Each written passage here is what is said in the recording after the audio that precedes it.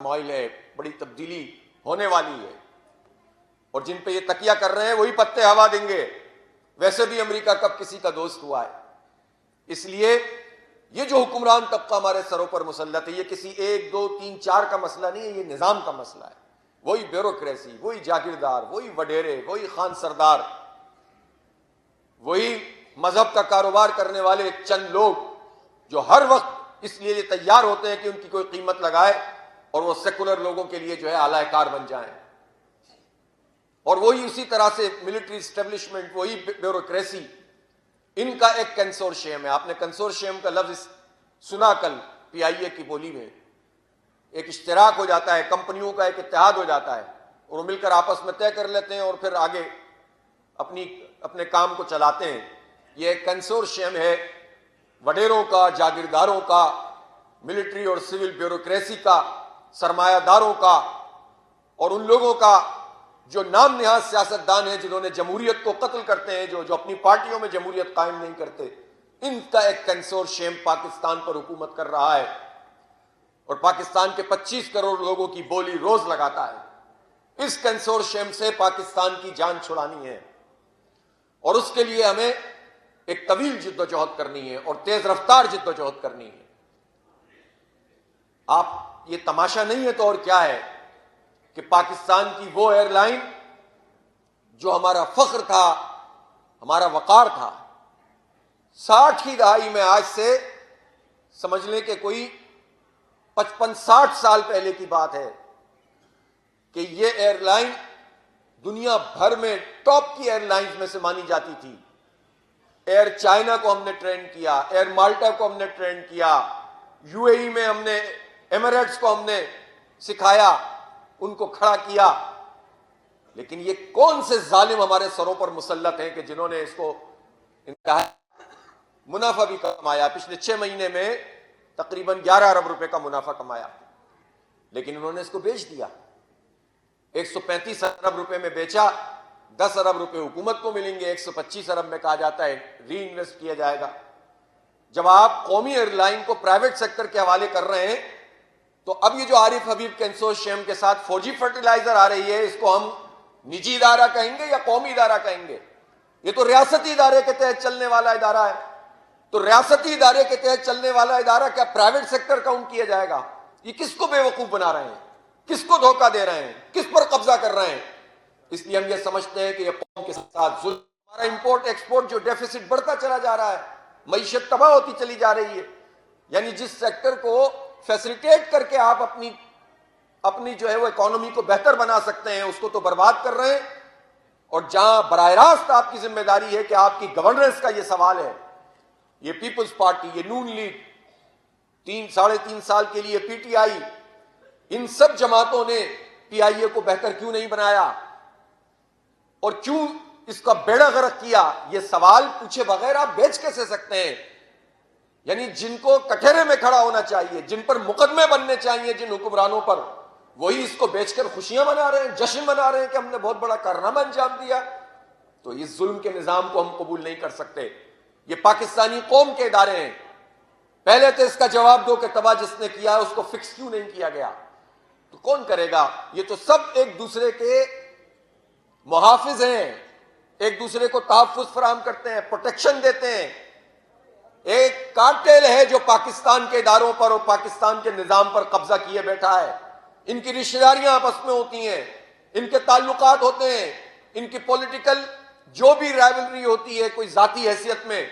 लेकिन आप देखेंगे कोई जर्नल का बेटा होगा और किसी ब्यूरोक्रेट की बेटी से शादी होगी, किसी ब्यूरोक्रेट का बेटा होगा और किसी जागीरदार और वडेरे के बेटी से शादी, सब आपस में रिश्तेदार, ये सब एक दूसरे के मुहाफिज। ये निजाम है जिसके ऊपर ये एक छोटा सा तबका काबिज है और ये एक दूसरे के मुहाफिज है और आवाम को बर्बाद करते हैं और खूबसूरत खूबसूरत बातें करके लोगों को धोखा देते हैं। मईशत तबाही के दाने पे इन लोगों ने लाकर खड़ी कर दी है। तालीम का हाल ये है कि वो जिस तरह मैंने कहा कि गरीब, अमीर, मिडिल क्लास, सबकी अलग अलग तालीम, सेहत की सहूलतें लोगों को मैसर नहीं। औरतों का बुरा हाल है, उनकी सेहत के हवाले से कोई पाकिस्तान की हेल्थ पॉलिसी नजर नहीं आती। और फिर हाल यह है कि अगर निचली सतह पर मसाइल हो और मुश्किलात हो और उसका अगर आइन ने हमें यह तरीका बताया है कि मकामी सतह की जो हुकूमतें हैं उनको बाइख्तियार बनाया जाए, इनको एम्पावर किया जाए, तमाम मालियाती, सियासी, इंतजामी इख्तियारात मकामी हुकूमतों को मुंतकिल किए जाएं। तो पहले तो एक तो ये मकामी हुकूमतें बनाते नहीं हैं, बल्दियाती इंतखाब कराते नहीं हैं, और कराने भी पड़ जाएं तो कोई उसको गैर जमाती करना चाहता है, कोई सारे इख्तियारात सल्ब कर लेना चाहता है। और इसमें चारों सूबों में इत्तेफाक मौजूद है कि बल्दियाती इदारों को हमें बिल्कुल भी हक नहीं देना। यही केपी में इस वक्त हो रहा है, यही पंजाब में इन्होंने किया है, यही सिंध में बदतरीन तरीके से हो रहा है, और बलूचिस्तान में भी यही हाल है। ये अपने लिए तो कहते हैं सूबे के पैसे मिलने चाहिए, लेकिन नीचे इख्तियारात मुंतकिल नहीं करते। जमात इस्लामी ने इस शहर में लोगों के इन सारे मसाइल पर एक जबरदस्त तहरीक चलाई, अल्लाह ताला ने कामयाब फरमाया। आपके अपने टाउन में अल्हम्दुलिल्लाह में तारीखी कामयाबी मिली, लेकिन फिर इन्होंने मेयरशिप पर कब्जा कर लिया, सीटों को छीनना शुरू कर दिया। ये आपके यहाँ ज़िमनी इंतखाब हुआ था ना यूसी पे, वो अच्छा बैनर आपने लगाया हुआ है कि मैंडेट की चोरी का 1 साल, और वाकईतन ये बदतरीन तरीके से इन्होंने करप्ट अनासिर को लाकर बिठा दिया एस्टेब्लिशमेंट ने कराची में। पूरे मुल्क में यही काम किया है। बातें बड़ी बड़ी करते हैं, आयतें हमें कुरान की सुनाते हैं, तो अल्लाह का हुक्म नहीं है कि इंसाफ करो और अदल करो और किसी जालिम को मुसल्लत ना करो, जिसका हक नहीं है उसको आप ऊपर लाकर बिठा दिया। ये कहां लिखा हुआ है? और आपको चोर पसंद है, आपको डाकू पसंद है, आपको लुटेरे पसंद है। फील्ड मार्शल साहब से मैं पूछना चाहता हूं, जब आप ये फरमाते थे कि हम सिस्टम खत्म करना चाहते हैं, सिंध में सिस्टम काम कर रहा है, जो सिस्टम का बाप था वो तो आपने इस्लामाबाद में बिठा दिया। आप कैसे सिस्टम खत्म करेंगे? आपकी A+ टीम वो सारे चोर और डाकू हैं, उनसे ही आप आजाद कश्मीर में हुकूमतों का तख्ता उलटवाते हैं, उनसे ही आप गिलगित बल्तिस्तान में ये काम करवाते हैं, उनसे ही आप बलोचिस्तान में ये काम करवाते हैं, उनको ही आपने सिंध पर मुसल्लत किया हुआ है। फिर आप कहते हैं कि करप्शन नहीं होनी चाहिए। तो ये तो नहीं चलेगा इस तरह से। कब तक दबाएंगे आप ताकत के जरिए से लोगों को? कभी तो आपको इंसाफ देना पड़ेगा। इसलिए जमात इस्लामी इस बात पर यकीन रखती है कि हम पुरअमन सियासी मुजाहिमत को आगे लेकर चलेंगे इंशाअल्लाह, अवाम में शऊर भी पैदा करेंगे और मुनज़्ज़म भी करेंगे। इसलिए कि पाकिस्तान में इस वक्त जो खला है वो खला मुनज़्ज़म और एक समत मुतय्यन करके जिद्दोजहद करने का है, एक डायरेक्शन में जिद्दोजहद करने का है।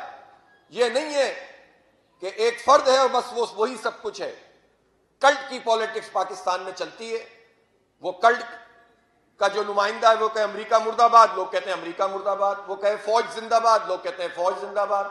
वो कहे फौज मुर्दाबाद, लोग कहते हैं फौज मुर्दाबाद। तो भाई आपकी भी कोई सोच है? हम कोई एक तरीके से तो काम नहीं करते हैं, हमजहती काम है, दावत और तरबियत भी है, तस्कीर और तस्किया भी है, दर्स और तदरीस भी है, फहम कुरान की क्लासें भी हैं, बनो काबिल प्रोग्राम भी है। इसी तरह से बल्दियाती इदारों के इस्तेहकाम के लिए और इख्तियारात के लिए जिद्दोजहद भी है, अवामी मसाइल पर धरने भी हैं, जलसे और जुलूस भी हैं, इस्लाह माशरा के काम भी हैं, तालीम भी है, तदरीस भी है, और इन सब का खिदमत भी है। इन सब कामों को अंजाम देते हुए हम एक मुनज़्ज़म गिरोह इकट्ठा करते हैं ताकि पाकिस्तान में जो इनकलाब हो उसकी कोई डायरेक्शन हो। डायरेक्शनलेस इनकलाब, उसको तो इनकलाब की जो जिद की कुव्वतें होती हैं, रद्द इनकलाब कुव्वतें उसका फायदा उठाती हैं जब मुंतशिर कौम निकलती है।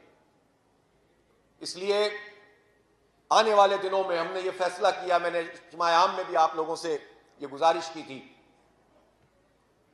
कि जाती तौर पर भी जब तक हमारे मामलात, हमारी नमाजें, कुरान पाक से हमारा ताल्लुक और इस तसव्वुर दीन और फहम दीन दुरुस्त नहीं होगा तो हम जमात को भी उसी तरह की पार्टी समझेंगे कि या तो कोई एक आम पॉलिटिकल पार्टी है या कोई मजहबी गिरोह या फिरका या मसलकी वाली पार्टी है।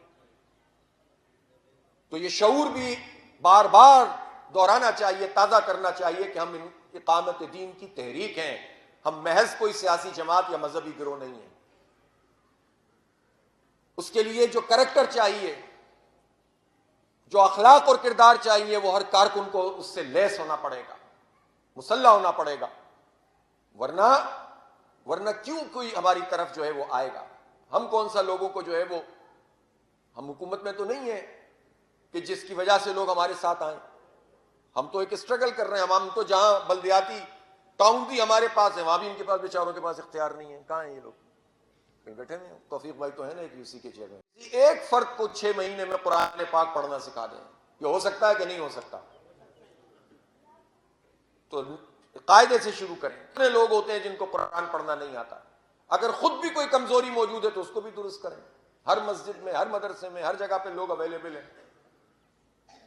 कुरान पाक का मामला ऐसा तो नहीं है कि इससे आप जो है वो नजरें फेर लें। ये कुरान तो हुज्जत बन जाएगा क़यामत के दिन। इसको पढ़ा कितना, इसको समझा कितना, इस पर अमल कितना किया, इसकी तहरीक कितनी चलाई, इसका निज़ाम कितना कायम करने की कोशिश की।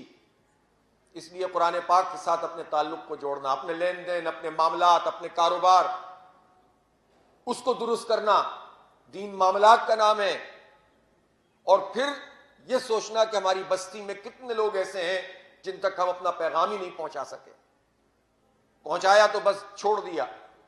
फिक्रमंदी के साथ लोगों को जोड़ जोड़ कर अपने साथ शामिल करना, और यह कॉन्सेप्ट रखना कि हम जितने भी हमाजहती काम करते हैं ये सब इकामत दीन की जिद्दोजहद है। कोई कमतर, कोई ज्यादातर नहीं है इसमें।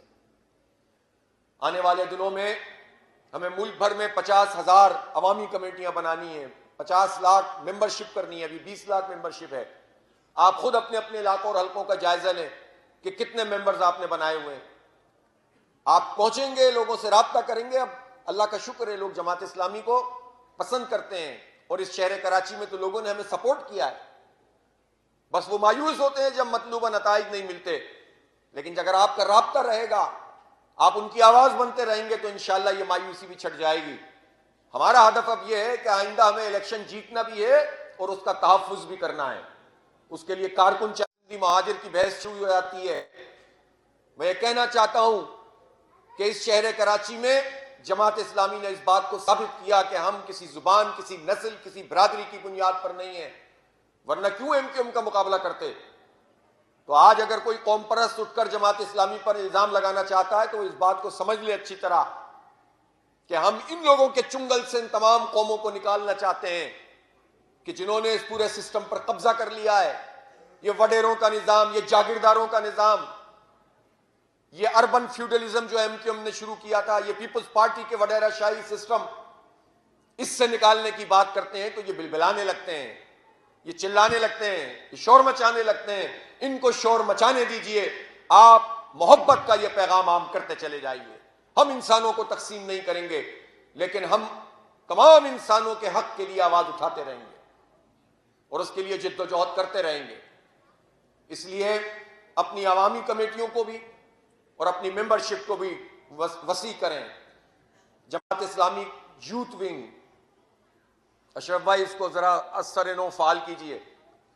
और आने वाले दिनों में जिस तरह आज से 4-6 साल पहले हमने वो एक इलेक्शन किए थे ना, तो हो सकता है कि रमजान के बाद हम ये अनाउंस करें और फिर हर यूसी में और हर वार्ड में आप यूथ को अपील करें कि कौन कौन हमारे इस प्लेटफॉर्म से इलेक्शन लड़ना चाहता है। हम पूरा उसका आपको मैकेनिज्म बनाकर देंगे और फिर नौजवानों की मेंबरशिप करें और मेंबरशिप के साथ उनका मुकाबला कराएं और पॉजिटिव तरीके से उनकी कैंपेन चले और फिर उसके बाद उनके बॉडीज बने और वो सारे के सारे जो इलेक्शन में पार्टिसिपेट करें, चाहे जीतें या हारें, उनका कोई ना कोई रोल होना चाहिए इस पूरे सिस्टम में। इसके नतीजे में एक बड़ी तादाद में लोग हमारे साथ शामिल होंगे।